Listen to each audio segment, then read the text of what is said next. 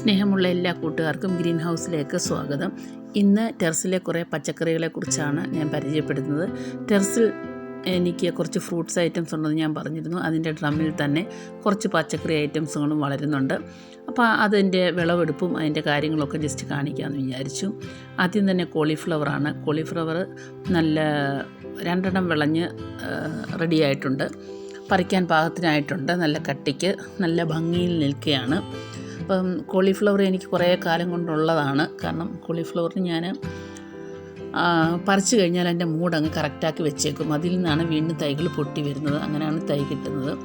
പിന്നെ ഈ ഫ്രൂട്ട്സിൻ്റെ ഇടയ്ക്ക് തന്നെ കുറച്ച് വെള്ളരിക്കകൾ, ഓണത്തിനൊക്കെ എനിക്ക് കുറേ വെള്ളരിക്കാസ് ഉണ്ടായിരുന്നു. അപ്പോൾ ഞാൻ എൻ്റെ വീഡിയോ ചെയ്തിട്ടുണ്ടായിരുന്നു. അപ്പോൾ ഈ ഫ്രൂട്ട്സിൻ്റെ മരങ്ങൾക്ക് കിട്ടുന്ന അതേ വളം തന്നെയാണ് പച്ചക്കറികൾക്കും കിട്ടുന്നത്. അതിൻ്റെ നമ്മൾ സ്ലറിയൊക്കെ ഒഴിക്കുമ്പോൾ അതിൻ്റെ വിത്തുകളൊക്കെ പൊട്ടിയും ചില പച്ചക്കറികൾ ഉണ്ടാകാറുണ്ട്. അപ്പം ഞാൻ പറഞ്ഞില്ലേ, നമ്മുടെ ഈ കോളിഫ്ലവറിൻ്റെ തൈകൾ അങ്ങനെ ആ മൂട്ടിൽ നിന്ന് വരുന്നത് നമ്മൾ പിരുത്ത് കുറച്ചായിട്ട് ഗ്രോ ബാഗ്സിനകത്ത് ഇങ്ങനെ നിറച്ച് വയ്ക്കും. അപ്പം കുറേ ഉണ്ട് അങ്ങനെ തൈകൾ. ഇതിനിപ്പോൾ ഡിസംബർ ആകുമ്പോഴത്തേക്കിന് എല്ലാ കോളിഫ്ലവറും നമുക്ക് റെഡിയായി കിട്ടുന്നതായിരിക്കും. അതിൻ്റെ കൂട്ടത്തിൽ തന്നെ കാബേജും ഉണ്ട്.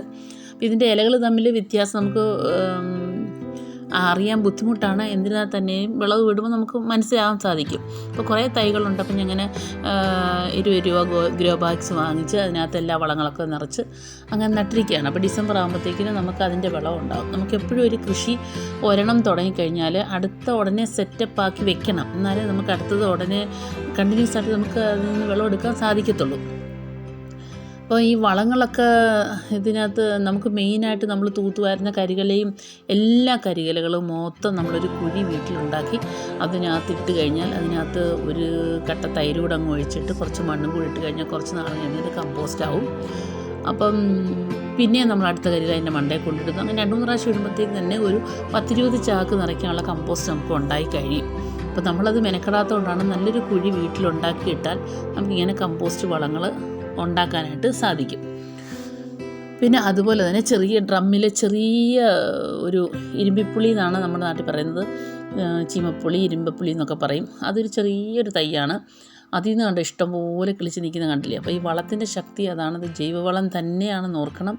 ഒരു ആർട്ടിഫിഷ്യലായിട്ടൊന്നുമില്ല. നമ്മുടെ ചാണകപ്പൊടി, ഈ കമ്പോസ്റ്റുകൾ, വേപ്പും പിണ്ണാക്ക്, അപ്പം അതിൻ്റെയൊക്കെ ശക്തി നിങ്ങൾ കണ്ടു കാണുമല്ലോ. അപ്പോൾ ഇത്രയും ഒരു ചെറിയ മരത്തിനകത്ത് ഇത്രയും ശക്തിയായിട്ട് കിളിക്കണമെങ്കിൽ അതാണ് അതിൻ്റെ രഹസ്യം. നിങ്ങളെപ്പോഴും കരുതിയിരിക്കുക. വീട്ടിലൊരു 2-3 ബക്കറ്റ് പെയിൻറ്റിൻ്റെ ബക്കറ്റ് കരുതി വയ്ക്കുക. അതിനകത്ത് അരി കഴുകുന്ന വെള്ളവും കഞ്ഞിവെള്ളവും എല്ലാം ഒഴിക്കുക. ചൂടുവെള്ളവും അരി കഴിയുന്ന ചൂടോടുള്ള വെള്ളവും നമ്മൾ ഒഴിച്ചാൽ ഇൻഫെക്ഷനും കൊതുകുകളൊന്നും വരികയില്ല. പിന്നെ എല്ലാ തരം പച്ചക്കറികളും വേസ്റ്റുകളും നമ്മൾ കഴിക്കുന്ന പഴത്തിൻ്റെ തൊലികൾ എല്ലാം ഇടുക. അത് 2-3 ദിവസം കൊണ്ട് അത് പുളിച്ച് പിഴിഞ്ഞൊക്കെ റെഡിയാക്കി ഒഴിച്ചു കഴിഞ്ഞാൽ ഇഷ്ടം പോലെ ഫ്രൂട്ട്സ് ഉണ്ടാവും. അതുപോലെ തന്നെ ഇപ്പോൾ ഈ ഇരുമ്പിപ്പുളി തന്നെ നമുക്ക് ഒരു നേരം കറി വയ്ക്കാനുള്ളതും അച്ചാർ വയ്ക്കാനുള്ളതും എല്ലാം ആയിക്കഴിഞ്ഞു. നമുക്കത് പറിച്ചാലൊരു 2 മാസത്തേക്കുള്ള അച്ചാറിനുള്ളതുണ്ട്. പിന്നെ എൻ്റെ ടെറസിൻ്റെ മണ്ടയിൽ അപ്പുറത്തെ വീട് എൻ്റെ നെയ്ബറിൻ്റെ വീടാണ്. അപ്പോൾ അവർക്കും കൊടുക്കും. അത്യാവശ്യം ആൾക്കാർക്കൊക്കെ ചോദിക്കുന്നവർക്കൊക്കെ ഞാൻ കൊടുക്കാറുണ്ട്. നമ്മുടെ ഉപയോഗം കഴിഞ്ഞ് ബാക്കിയുള്ളതും കൊടുക്കാൻ കാണും. അപ്പോൾ ഇരുമ്പിപ്പുള്ളി നിങ്ങൾ കണ്ടില്ലേ. അപ്പോൾ അതാണ് വിശ്വാസം വരാൻ വേണ്ടിയിട്ടാണ് അങ്ങനെ ചെയ്തത്. പിന്നെ അടുത്ത് ഈ സെക്ഷൻ മൊത്തം നമുക്ക് സ്ട്രോബെറിയാണ്. നമ്മൾ എനിക്ക് സ്ട്രോബെറി നമ്മുടെ നാട്ടിൽ കിളിക്കത്തില്ല. ഞാൻ പണ്ട് കുറച്ച് ഫോട്ടോസ് ചെയ്തിരുന്നു. ഫോട്ടോസൊക്കെ ഇടുമ്പോൾ സ്ട്രോബെറിയൊക്കെ ഇട്ടിരുന്നു. ഇനി അത് വിളവെടുക്കാറാകുമ്പോൾ ഡിസംബറൊക്കെ ആകുമ്പോൾ ഞാൻ എൻ്റെ ഫോട്ടോ എടുക്കാം.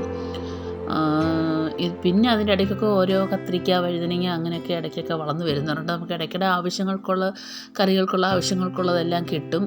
പിന്നെ നമുക്ക് സ്ട്രോബെറിക്ക് മെയിനായിട്ട് കടലപ്പിണ്ണാക്ക് പൊളിപ്പിച്ചൊഴിക്കുക തന്നെ വേണം. അതിൻ്റെയൊക്കെ വീഡിയോ ഞാൻ പിന്നെ ചെയ്യുന്നതായിരിക്കും. ഇതിൻ്റെ വീഡിയോ ഞാൻ നേരത്തെ ചെയ്തതാണ്. വെണ്ടയ്ക്കയുടെ അത് കുറച്ച് വെണ്ടയ്ക്ക നമുക്കേറെയുണ്ട്. അതുപോലെ തന്നെ പച്ചക്കറികളും എല്ലാം നമ്മൾ ഫ്രൂട്ട്സിൻ്റെ കൂടെ തന്നെ മിക്സ് ചെയ്ത് കൃഷി ചെയ്യുന്നുണ്ട്. അല്ലാതെ തന്നെ സെപ്പറേറ്റും ചെയ്യുന്നുണ്ട്. നിങ്ങൾ വിശ്വസിച്ചാലും ഇല്ലെങ്കിലും കൊള്ളാം. ആകെ 10 സെൻറ്റ് സ്ഥലമേ ഉള്ളൂ. അതിൻ്റെ ടെറസിൻ്റെ 1400 അത്ര സ്ക്വയർ ഫീറ്റ് വരത്തുള്ളൂ ടെറസിൻ്റെ മുകൾ ഭാഗം. അതിലാണ് എൻ്റെ ഈ ഫ്രൂട്ട്സിൻ്റെ ഐറ്റംസ് ഞാൻ ഡ്രമ്മിൽ നട്ടേക്കുന്നത്. അപ്പം ഡ്രമ്മ് വിശാലമായിട്ടുള്ളതായതുകൊണ്ട് അതിനകത്ത് ചെറിയ നമുക്ക് ആവശ്യമുള്ള പച്ചക്കറികൾ വളർത്താൻ പറ്റുന്നുണ്ട്. ഫ്രൂട്ട്സ് അതിൻ്റെ കൂട്ടത്തിൽ തന്നെ കിളിച്ച് പോകുന്നുണ്ട്. മെയിൻ കാര്യം നമ്മൾ ഡെയിലി ഒരു അരമണിക്കൂറെങ്കിലും അതിൻ്റെ കൂടെ സ്പെൻഡ് ചെയ്യണം. ഇപ്പോൾ തന്നെ ഉണ്ടോ, ഞാൻ നേരത്തെ തന്നെ തക്കാളീൻ്റെ കൃഷി ചെയ്തിട്ട് ഞാനൊരു വീഡിയോ ചെയ്തിട്ടുണ്ട്. അതിൻ്റെ കൂട്ടും അതിൻ്റെ എങ്ങനെ ചെയ്യേണ്ട കാര്യങ്ങളൊക്കെ ഞാൻ നിങ്ങൾക്ക് പറഞ്ഞു തന്നിട്ടുണ്ട്. അപ്പം ഈ തക്കാളി നിങ്ങൾ കണ്ടില്ലേ, ഇത് ഡ്രംസിൻ്റെ ഇടയ്ക്ക് തന്നെ വളർന്നു വരുന്നൊരു കാര്യമാണ്. നിങ്ങൾ ആ ഡ്രംസിൻ്റെ വലിപ്പം കണ്ടു കാണുമല്ലോ. അതുപോലെ തന്നെ ഇതിനിടയ്ക്ക് നമ്മുടെ ഓർക്കിഡിൻ്റെ ഗ്രൗണ്ട് ഓർക്കിഡിൻ്റെ ടൈം കഴിഞ്ഞു. എന്നിരുന്നാൽ തന്നെയും ഒരു മഞ്ഞ വെറൈറ്റി അത് വന്നതിൻ്റെ ഫോട്ടോ ഒന്നിച്ച് ഞാൻ പിടിച്ചതാണ്. ഇതെന്ന് വെച്ചാൽ കിലോപ്പേരയാണ്. ഇത് ഒരുപാട് ഇതും ഞാനൊരു വീഡിയോ ചെയ്തിട്ടുണ്ട്. പക്ഷേ ഇത് ഈ പ്രാവശ്യം ഒരുപാട് മുട്ടുണ്ട് കേട്ടോ. കുറച്ച് ചെറിയ പേരയാണ്, ഒരുപാട് മുട്ടുണ്ട്. ഞാൻ വീഡിയോ ചെയ്യുന്നതായിരിക്കും. വേറൊരു സെക്ഷനിൽ പച്ചമുളകുണ്ട്. ചെറിയ പച്ചമുളകാണ്, പക്ഷേ അത് അതിൻ്റെ നീളം കണ്ടില്ലേ, നല്ല നീളമുള്ള പച്ചമുളക്. അപ്പോൾ അങ്ങനെ നിറഞ്ഞു കിടക്കുന്ന കാണാൻ ഭംഗിയാണ്. ഞാൻ ഒത്തിരി പഴുത്തിട്ടേ പറിക്കും കേട്ടോ. എനിക്ക് പച്ചമുളകും കാന്താരിയൊക്കെ പൂത്ത് കിടക്കുന്ന കാണാൻ ഭയങ്കര ഇഷ്ടമാണ്. പിന്നെ ഒരു സെക്ഷനിൽ അത് നട്ടിട്ടുണ്ട്.